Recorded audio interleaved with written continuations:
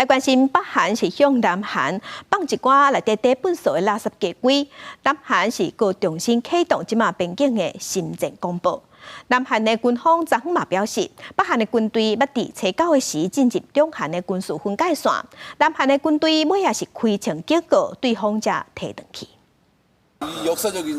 南韩联合参谋本部12证实讲，初9迄天中昼12点半左右，差不多20个北韩的军人是抵占超过两韩的军事分界线 DNL 的50公尺以内。南韩军方随实施公报，而且执行警告射击，对方嘛随转去。 비무장지대 내에서 작업을 하던 북한군 일부가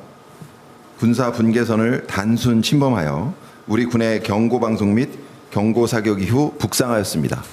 南韩的军方12补充讲，因为目前两韩的军事分界线草啊树啊拢真济，造成相关标示是歹看好清。伊当阵北韩的军队手提铁条这工具，当在进行相关作业，推测有可能是找无路才会撞入来，应该是无故意来侵犯军事分界线的意图。